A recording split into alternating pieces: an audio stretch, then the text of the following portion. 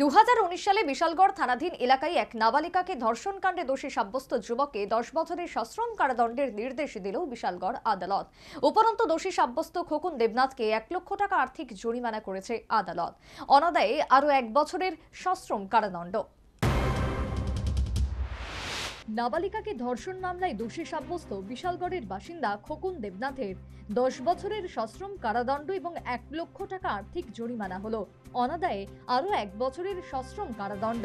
উল্লেখ্য 2019 সালে বিশালগড়ের বাসিন্দা এই খোকন দেবনাথ প্রতিবেশী এক নাবালিকাকে টিভি দেখতে ডেকে নিয়ে গিয়ে ধর্ষণ করে বলে অভিযোগ। পরবর্তীতে নাবালিকাটিকে আইজিএম হাসপাতালে চিকিৎসার জন্য নিয়ে আসা হয়। চিকিৎসার পর নাবালিকার পরিবারের তরফে পশ্চিম আগরতলা মহিলা থানায় একটি মামলা দায়ের করা হয়। কার্যত মামলাটি বিশালগড় থানার আওতাধীন হওয়ায় পরবর্তীতে ওই মামলা বিশালগড় থানায় পাঠানো হয় এবং তদন্তে নামেন এএসআই আশালতা দেবনাথ। এদিকে আগে গ্রেপ্তার হয়েছিল অভিযুক্ত খোকন দেবনাথ, যদিও পরবর্তীতে সে জামিনে মুক্ত পায়। তবে আইনের হাত থেকে রেহাই পেল না এই অভিযুক্ত পাষণ্ড খোকন। এই ধর্ষণ মামলায় 20 জনের সাক্ষ্য বাক্য গ্রহণের মাধ্যমে অভিযুক্ত খোকন দেবনাথকে বিশালগড় আদালত দোষী সাব্যস্ত করে এবং বৃহস্পতিবার এই মামলার রায় ঘোষণা করা হয়।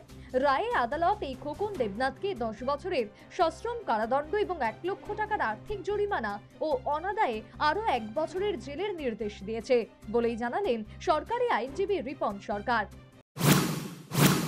পরবর্তী সময়ে আজকে জাজমেন্টে 6 অফ দ্য পোক্সো অ্যাক্ট প্রমাণিত হয় এবং সেখানে মাননীয় জাজ খোকন দেবনাথকে কনভিকশন দেয় এবং 10 বছরের সশ্রম কারাদণ্ডে দণ্ডিত করে এবং সঙ্গে 1 লক্ষ টাকা ফাইন করে এবং এই ফাইন অনাদায়ে আরও 1 বছরের সশ্রম কারাদণ্ডের বিধান দেন, আদেশ দেন। আমি স্পেশাল পিপি পক্সু বিশালগড়, আমি এই কেসে যারা সাক্ষ্যবাক্য দিয়ে সেই কেসটাকে প্রমাণ করেছে প্রসিকিউশনের পক্ষে, আমি সকলকে ধন্যবাদ জানাই এবং যারা কোর্ট স্টাফ সকলকে আমি ধন্যবাদ জানাই এবং সমাজ এই কনভিকশনের জন্যে সমাজও এই এর থেকে একটা শিক্ষা পাবে এবং সমাজ অ্যালার্ট হবে আমি মনে করি। এই নাবালিকা ধর্ষণ মামলায় দোষী সাব্যস্ত খোকন দেবনাথের সাজা ঘোষণায় ধর্ষিতা নাবালিকার পরিবারের সদস্যদের মধ্যে স্বস্তি এবং এ ব্যাপারে খুশি ব্যক্ত করলেন ধর্ষিতার মা।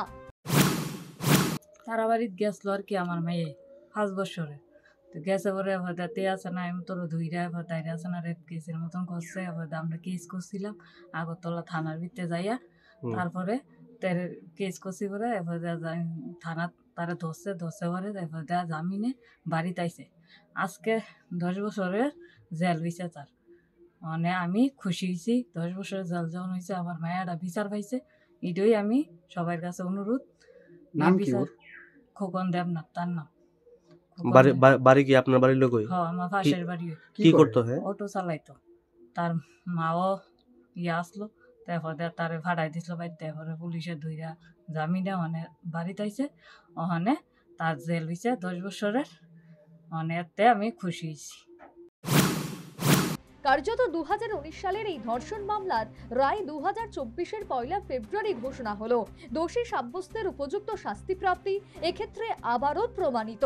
আইন সমহিমায় আইনের পথেই চলছে এবং সঠিক সাক্ষী প্রমাণ থাকলে আইন ভঙ্গকারীর রেহাই পাওয়ার কোনো সুযোগ নেই। Bureau report, news vanguard.